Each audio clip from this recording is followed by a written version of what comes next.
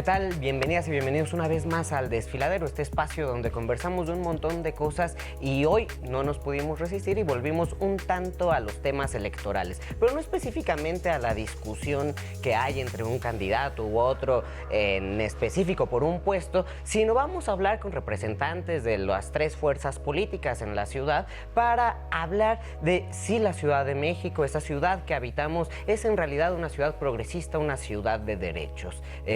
En esta ocasión y estrenando este nuevo set nos acompañan el día de hoy Raúl Jesús Torres Guerrero, diputado migrante de la Ciudad de México, Sheila Franco, feminista y militante de la Cuarta Transformación, y Alejandro Pérez Corzo, vocero de Salomón Chertorivsky. Compañera, compañeros, muchísimas gracias por estar aquí con tantos retrasos técnicos y cosas y que se me va atropellando la lengua, pero es que son días de intensidades. Venimos de un debate el domingo en donde se discutió mucho y al mismo tiempo no se discutió tanto, ¿no? No sé si les pasa eso a ustedes, pero a mí como un consumidor de palabras, ¿no? Además ahora que estamos en los marcos de los días del libro, me cuesta mucho trabajo a veces identificar la ideología de algunos candidatos, candidates y saber a quiénes están representando, cuáles son las historias que cuentan, qué es lo que traen, qué es lo que le ofrecen a la ciudad. Se estuvo hablando durante el debate mucho sobre quiénes han gobernado la ciudad durante muchos años y que eso, yo creo, el cambio que hubo en esta ciudad cuando empezó a poder escoger a quién lo iba a gobernar, le dio o le abrió la puerta a ser una ciudad que iba ganando cada vez más derechos respecto al resto de la República, ¿no? Entonces sí me gustaría que pudieran ustedes ayudarnos de un inicio a intentar definir el retrato o la ideología de la ciudad. ¿Cómo definirías tú a la ciudad? Yo primero que nada te agradezco, Ezra, por toda la introducción y sobre todo porque hoy creo que la Ciudad de México es una gran clase media que aspira a ser mejor, que todos los días nos atacan en las mañanas, pero que esa clase media necesita servicios como una capital mundial y es lo que hemos venido platicando. Realmente hoy esa clase media que aspira a tener buen metro, que aspira a tener seguridad, que aspira a tener agua, que aspira a que las mujeres puedan regresar a casa y que no sean asesinadas y que aspiran a que realmente esta ciudad les voltee a ver. Si bien en el papel hay derechos, en la práctica parece que estamos muy lejos de ejercerlos. Pero, por ejemplo, esta clase media aspira a que la ciudad, a que el gobierno sea un garante de derechos, de derecho, por ejemplo, a la vivienda, del derecho al agua, o estaría de acuerdo esa clase media que tú identificas en la Ciudad de México en dejarle esos espacios a los privados, no sé. Yo creo que hoy la clase media lo que necesita es que el gobierno sea más pequeño. Ya no podemos seguir con una burocracia tan grande, necesitamos digitalizar, que ha sido una de las propuestas de Santiago Taboada rumbo a la jefatura de gobierno, y pensar realmente en el futuro de lo que las y los chilangos necesitamos. Necesitamos una ciudad digital, una ciudad que tenga servicios de calidad mundial, una ciudad que sea rica en cultura, no nada más por lo que ya representa la capital del país, sino porque te ponga al mundo en la ciudad y a la ciudad la ponga a un nivel de competitividad con otras ciudades en el mundo. Creo que hoy la clase media lo que necesita son oportunidades de conexión y sobre todo de generar economía. Ok. Sheila, en el libro Gracias de Andrés Manuel López Obrador, él habla mucho de la ciudad, ¿no? De una ciudad muy progresista que lo ha apoyado toda la vida, que él siente que es muy de izquierda. ¿Coincides con lo que dice el presidente? ¿Qué piensas? Sí, yo coincido y la verdad no sé de qué ataques habla acá el compañero, porque todos los días en la mañana el presidente se toma un espacio últimamente para agradecerle al pueblo de la Ciudad de México, porque fue gracias a las y los chilangos que se logra consolidar un primer paso de la Cuarta Transformación en el año 2000, cuando él llega como jefe de gobierno. Y de hecho hoy en la mañanera lo mencionaba. Entonces ahí yo creo que al compañero le hace falta ver más seguido las mañaneras para saber en realidad de qué se está hablando en este espacio de diálogo circular con los medios. Y porque además también justamente el día de hoy se hablaba en la conferencia de prensa matutina de la importancia de reconocer que esta ciudad de derechos y no de derechas es en gran medida a un gobierno progresista, con algunos tropiezos electorales que tuvimos las y los chilangos con candidatos como Mancera, por ejemplo, ¿no? Pero desde el inicio del gobierno del presidente Andrés Manuel López Obrador como jefe de gobierno se consolidaron pasos importantísimos para llegar a la clase media de la que hablan el día de hoy, como lo es los programas, ¿no?, para el bienestar que se implementaron, los apoyos a adultos mayores, las becas, que se profundizaron con Marcelo Ebrard, la beca para estudiantes de educación media superior prepa sí, y todos los apoyos que se consolidaron con la doctora Claudia Sheinbaum. Y qué bueno que hablamos también del tema de tecnología, porque una de las principales apuestas de la candidata de la coalición Sigamos Haciendo Historia es tecnologizar a toda la ciudad, dobletear las cámaras de seguridad, porque queremos la ciudad más videovigilada en América Latina. Ya lo estamos logrando con la doctora Claudia Sheinbaum, la futura presidenta de México. Se avanzó muchísimo en apostar, poner el servicio de la ciudadanía la tecnología. Yo creo que estamos viviendo un paso importantísimo a nivel mundial con la revolución tecnológica, y los gobiernos democráticos, los gobiernos populares, los gobiernos de izquierda son quienes la han puesto al servicio de la ciudadanía, y yo creo que eso vamos a seguir viendo con Clara Brugada al frente de la Ciudad de México. Muy rápido nada más. En 2021 pues vimos una ciudad que se resistía a la izquierda, que representaba a Morena. ¿Cómo poder definir eso? ¿Qué es lo que pasó allí? Sí, mira, yo creo que en el 2021 hubo mucho miedo infundado por parte de la oposición, pero bueno, ¿qué nos podemos esperar cuando ahora, actualmente, una de quien fue una de las mejores voceras del PAN en la Ciudad de México, Ana Villagrán, ahora destapando toda la corrupción que existe actualmente en el PAN, por ejemplo, que son quienes han metido esta idea de que la ciudad está dividida, de que ellos son los que polarizan en realidad? Porque, pues bueno, si vemos el sentimiento popular en la Ciudad de México, la gente quiere a Clara Brugada, la gente quiere a Claudia Sheinbaum, la gente quiere al presidente Andrés Manuel López Obrador, y en todas las alcaldías hay personas que están siendo beneficiadas por los programas para el bienestar. Más bien, yo creo que esa es el resultado de las fake news y es el resultado de la polarización a la que tanto le apuesta la oposición. Ok. Alejandro, hay... hablando de divisiones y no divisiones, o de que si hay una izquierda y una derecha en un mismo espacio, yo platicaba mucho con otras compañeras que han venido acá de Movimiento Ciudadano, que a veces siento que el Movimiento Ciudadano en la Ciudad de México es muy progresista, ¿no? Pareciera muy de izquierda. Sin embargo, cuando lo ves comparado con los movimientos ciudadanos de otros estados, ¿no? Pues como que chocan. Y después, un día apareció Sandra Cuevas dentro del Movimiento Ciudadano, que no creo que sea muy de izquierda o que sea muy parecido al resto de los integrantes del Movimiento Ciudadano en la Ciudad de México. ¿Cómo ver estos universos, ya sea en la ciudad o en un mismo partido, el que exista esta, pues tal vez, partición de ideologías? Bueno, yo quisiera regresar primero un poco a la pregunta original de si es esta o no una ciudad progresista. Yo creo que lo es. Y lo es desde mucho antes que iniciara la que ellos llaman Cuarta Transformación. Esta es una ciudad progresista y de vanguardia política desde antes del 88, que la ganara Cuauhtémoc Cárdenas, desde antes del 68, que hubiera el movimiento estudiantil.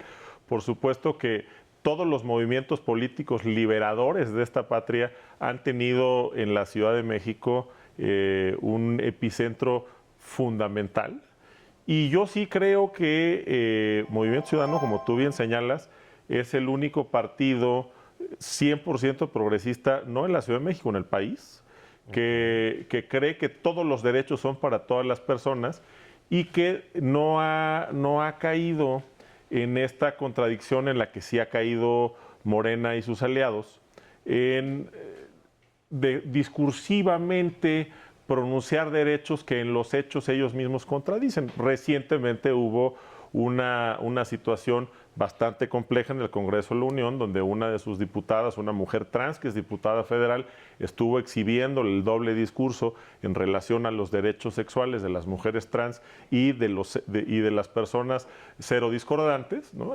Morena tiene un sector conservador que por un acomodamiento político está ahí porque aporta electoralmente algo, y por supuesto que la izquierda le ha aportado a Morena muchos votos, pero también hay un sector terriblemente conservador en Morena, del que yo me atrevería a decir que el propio presidente forma parte, ¿no? Una derecha mocha que ha tenido un doble discurso hacia las diversidades sexuales, hacia el derecho de las mujeres a decidir,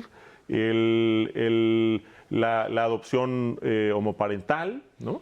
Y ya ni decir, por supuesto, que hay una derecha institucionalizada en el PAN, ¿no? que ahora está representada por Santiago Taboada, específicamente para la Ciudad de México, que en un contexto electoral se reúne con las minorías de preferencias sexuales, pero cuando tuvo la oportunidad de decidir si iban o no a tener el derecho de formar familias protegidas por la ley, votó en contra del matrimonio igualitario, ¿no?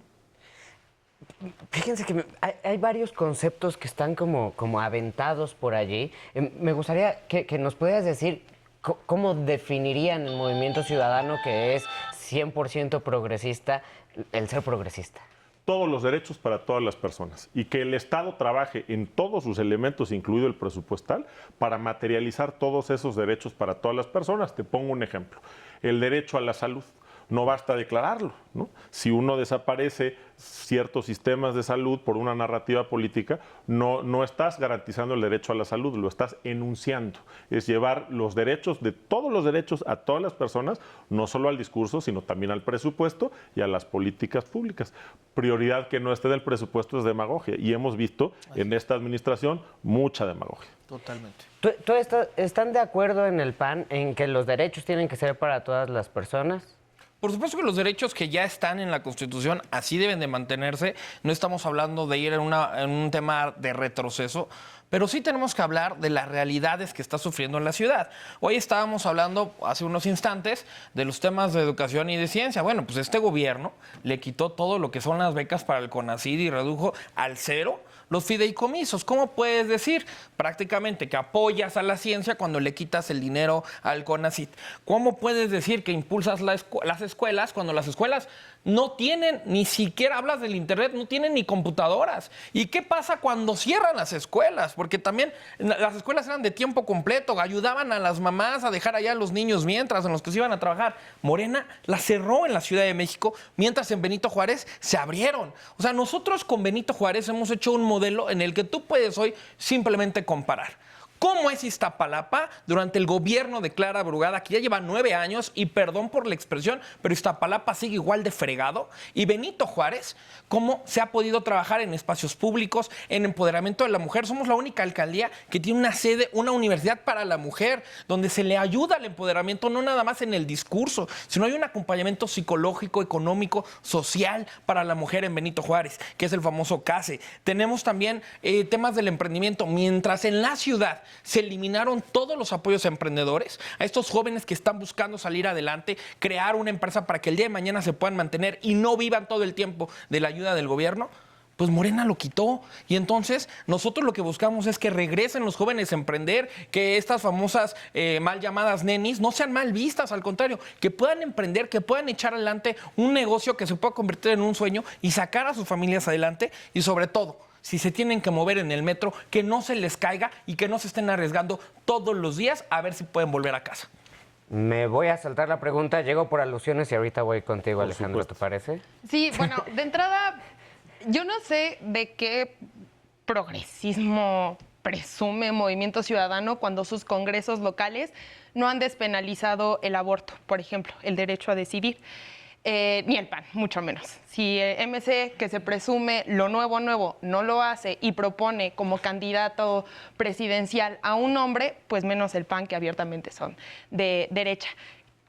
Yo Solo quisiera que en algún punto lograra la oposición comprobar que no se ha dado nada, como lo acaban de decir ahorita, ninguna beca al CONACYT, ninguna beca a las y los estudiantes. Y yo aquí tengo una gráfica en mi teléfono, así scrolleando de rápido, pues.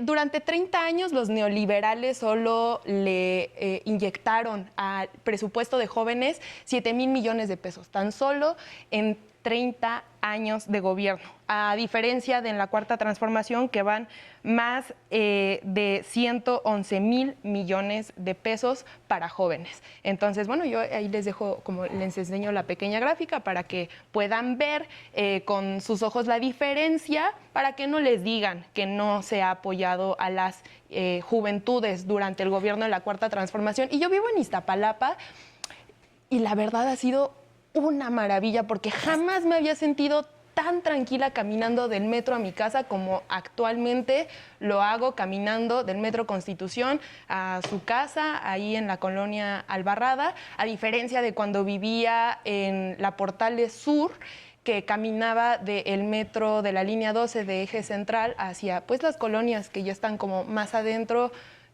muchos baches, poca iluminación, me quedé sin agua incontables veces y claro, me tenía que bañar con una cubeta porque no tenía agua, a diferencia de cómo es vivir en Iztapalapa.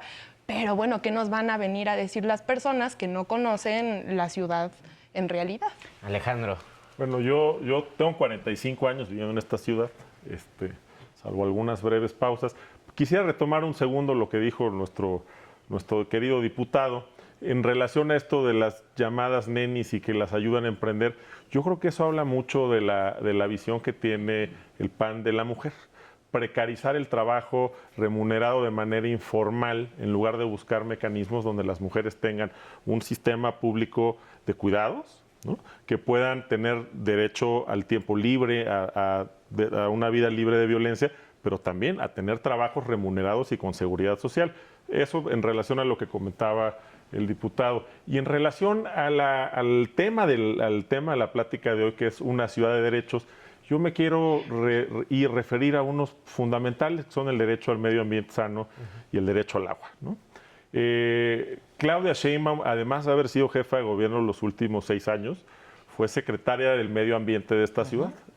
Y todavía apenas en la Semana Santa reciente tuvimos contingencias ambientales por el fracaso que tuvo la política ambiental del gobierno de la República y del gobierno de la ciudad, pues para ese tema en concreto que es muy particular. Cuando hubo la oportunidad de hacer más transporte público, Claudia Sheinbaum decidió participar en la construcción de segundos pisos y siendo jefa de gobierno, ahora que tuvimos los días más calientes de la historia en estas fechas, pues no hay que perder de vista que para hacer un puente vehicular se destruyó el humedal que hay en la zona de Xochimilco y Cuemanco, ¿no? Y particularmente del caso del agua, lo pudimos ver en el debate reciente, es una discusión que pareciera ser una discusión de sordos, porque todos dicen, Clara Brugada, Claudia Sheinbaum, que el agua es una prioridad, pero el presupuesto se redujo del 2018 a la fecha en un 30% en términos reales. Entonces, una vez más, prioridad que no está en el presupuesto es demagogia. Entonces, hablando justamente de una ciudad de derechos, pues esos derechos tan fundamentales como el derecho al agua y el derecho a un medio ambiente sano, pues en este grupo político que ha gobernado la ciudad los últimos 27 años, y que le quieren poner ahora un segundo piso a esta mal llamada Cuarta Transformación, pues han tenido un fracaso sonoro. Sí me gustaría, estamos hablando de muchas cosas que digamos están mal, ¿no? En la ciudad, digo, no voy a decir que estén completamente mal, pero no están maravillosamente bien. Según esto. Ahí sí te voy a decir que no, porque ahí sí vivo. Entonces, ya no, más allá de mi dinámica de moderador, soy vecino. Y me gusta, y también viví en Nativitas una vez y me gustó también. Pero la verdad es que soy muy chilango.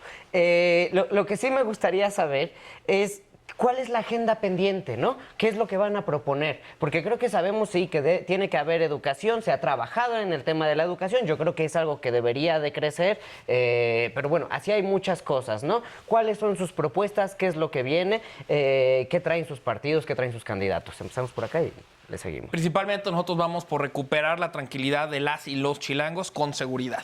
Un modelo como blindar Benito Juárez ha dado resultados y hoy la gente en Benito Juárez se siente mucho más seguro que en cualquiera de las 16 alcaldías de la Ciudad de México. Con resultados, Santiago Taboada te ha enseñado la diferencia entre el modelo Benito Juárez y el modelo Iztapalapa, que es de las alcaldías más peligrosas de la ciudad. Qué bueno que a ustedes no les ha pasado nada, pero al resto de los habitantes de Iztapalapa siempre viven con el Jesús en la boca. 2, tenemos que ir en un tema de educación. Tenemos que ir por escuelas de tiempo completo que le ayuden a los padres y a las madres para que esos pequeñitos que van a la escuela puedan tener al mismo tiempo un acompañamiento de más horas mientras los papás y las mamás están chambeando, porque hay que generar. Y por supuesto tenemos que ir en un tema de una ciudad digital, una ciudad que entre menos manos pasen, vamos a eliminar la corrupción. ¿Por qué? Porque hoy vemos un gobierno de la ciudad donde para todo te piden moche, donde para todo te piden que te faltó una copia y que si le agregas un extra. Hoy tenemos que ir a una ciudad del futuro que tenga modelos digitales donde realmente podamos ver con tecnologías como blockchain a dónde se mueve cada peso del presupuesto, porque no es posible que haya un subejercicio tan grande en la ciudad cada vez que nos toque estar votando el presupuesto del siguiente año y que no se haya ejecutado. ¿Por qué? Porque hay gente inexperta que no sabe ejecutarlo en educación, en ciencia, en agua, y no podemos tener una ciudad con este tipo de debilidades. 2 preguntas muy rápidas. El tema de la educación, digamos, sería como gratuita, parte del Estado o privada, o cómo se Por supuesto funcionaría que eso? nosotros tenemos que aportar como gobierno de la Ciudad de México para recuperar las escuelas. Necesitan tener techos, baños. Escuelas públicas. Por supuesto, 100% de las escuelas públicas. Obviamente el sector privado, en el privado tendrá que hacerlo, pero nosotros como gobierno tenemos que apoyar a ese sector, darle certificaciones también a los chavos que hoy están por emprender un nuevo sistema educativo donde les puedan certificar en 2 años y ocupar herramientas para el famoso nearshoring, donde la Ciudad de México no está ni siquiera en las primeras 5 entidades que mejores atracciones de capitales hay. Hoy tenemos que darle herramientas a las y los chilangos jóvenes para efectivamente, para emprender. No siempre se debe vivir de ¿Y un sería sueldo. hasta educación superior? Por supuesto Ok. que tenemos que acompañarlo. Ok, vamos para acá. Sí, bueno, pues la compañera Clara Brugada le dará continuidad a la Ciudad de México, a esta ciudad de derechos, a esta ciudad que piensa en que todas y todos podemos convivir en armonía, personas, medio ambiente, infraestructura, etcétera, etcétera. De forma muy concreta, la verdad es que Clara Brugada propone, y así lo habla, lo expresa en su programa de gobierno, que además fue construido con la participación de la ciudadanía, de gente experta en la materia, pero siempre escuchando a las personas. Ella propone una revolución administrativa. ¿Y a qué se refiere con esto? Un modelo de desarrollo que dé especial atención en la demanda para así poder hacer una mejor oferta.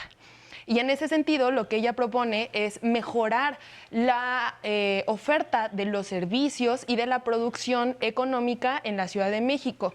¿Y esto qué tiene que ver, por ejemplo, con el sistema de cuidados, ¿no? Que es la principal apuesta de Clara Brugada? Principal atención en 4 sectores de la población: personas adultas mayores, niñas y niños, jóvenes, juventud, mujeres y personas con discapacidad, fundamentándose en 4 pilares muy básicos: casas de seguridad social, casas de salud, centros de rehabilitación, un nuevo plan de vivienda asequible para todas las personas con especial atención en las juventudes, y también, ¿por qué no?, prestar muchísima atención en el desarrollo infantil. Propone crear 100 utopías. Eso es un sueño. Para las personas que vivimos en Iztapalapa, queremos que toda la Ciudad de México tenga estas utopías. Si quieren profundizar, en las redes sociales de Clara Brugada, de la candidata, podrán encontrar más, como su proyecto de gobierno, pero claro que atraviesa todos los ejes: agua, medio ambiente. Hablaban de exceso de ruido, también propone reducir la contaminación auditiva. ¿Quién está proponiendo eso? Clara Brugada es la candidata de los derechos. No al cártel inmobiliario ni a los que se dicen lo nuevo y que le siguen apostando a lo viejo. Alejandro, Bueno, yo creo que el único candidato que tiene un diagnóstico serio de los grandes problemas de la ciudad, que no necesitó contratar un panel de expertos después de 9 años de haber fracasado como gobernante, es Salomón Chertorivsky. Salomón Chertorivsky, cuando fue secretario de Salud, incorporó al Seguro Popular 50 millones de personas. Cuando fue secretario de Desarrollo Económico de la ciudad crecía al doble de la media nacional, ahora crece abajo de la media nacional. Y hizo un diagnóstico muy interesante que plasmó en un libro que tiene 11 ejes, que por supuesto que necesitaríamos un par de horas para hablar de los 11, pero hablando de los temas que creo que han sido comunes en la problemática, nosotros no creemos que la ciudad se tenga que blindar, creemos en un esquema de seguridad mucho más constructivo, cambiando este embudo que hay de delitos cometidos versus número de Ministerio Público, dándole facultades de investigación a la policía. También creemos, por supuesto, que los espacios de solaz y esparcimiento y cultura para la gente son muy importantes, pero no son el centro de todas las soluciones. Hay que construir 2 líneas del metro nuevas, hay que desentubar el río de la Piedad para recuperar el ciclo del agua, bajar la temperatura y embellecer la ciudad, y por supuesto darle un enfoque muy importante a la movilidad que está colapsada gracias a los segundos pisos que hizo Claudia Sheinbaum, y en lugar de invertir en el metro, que por cierto también ha en términos reales recibido una disminución muy importante de su presupuesto, sobre todo en mantenimiento, con las consecuencias que ya todos conocemos, y por supuesto que son consecuencias que hay que politizar, porque la política es una herramienta para la solución de los problemas, igual que hay que politizar el problema del agua, aunque desde el púlpito presidencial se le llame politiquería. Los problemas reales de la gente se arreglan a través de la política. Y en el caso de la educación, nosotros creemos que desde 1994, que se federalizó la educación, la Ciudad de México no se quedó con la educación de la ciudad. Y necesitamos ahora sí, ya que ya nos den la mayoría de edad, para que haya un modelo de educación pública de la Ciudad de México que vaya desde las primeras infancias, desde los primeros 1000 días, incluyendo la gestación, y también, por supuesto, el derecho a decidir de las madres, que todos los bebés que con la decisión libre de sus madres nazcan en esta ciudad, desde el día 1 tengan garantizados los primeros 1000 días, que son los más importantes en su desarrollo, hasta la educación superior garantizada, tanto por la educación pública como con convenios con la educación privada, pero dándole, por supuesto, presupuestalmente, una vez más, porque prioridad que no está en el presupuesto es demagogia, el presupuesto suficiente a la educación pública y a la salud pública, no solo haciendo una versión para la Ciudad de México del Seguro Popular con un enfoque especial al cáncer, como ha habido en el caso de Nuevo León y Jalisco, sino también 3 seguros para momentos catastróficos en la vida, como defunciones, enfermedades y desempleo. Ay, compañeros, pues no sé qué decirles. Suena muy interesante todas sus propuestas. Me sorprende mucho que a veces hay como coincidencias, sobre todo en las intenciones, ¿no? No sé si ya en la realidad eso pueda funcionar de alguna forma. Independientemente de quién vaya a ganar, creo que las 3 personas que están aquí y las que los acompañan a cada uno en sus partidos, pues van a tener que trabajar por la ciudad, ¿no? Entonces esperemos que esas coincidencias en las buenas intenciones sean funcionales para nuestra ciudad. Muchísimas gracias por haber estado aquí y muchísimas gracias a ustedes por habernos acompañado en el Desfiladero. Nos vemos la próxima semana.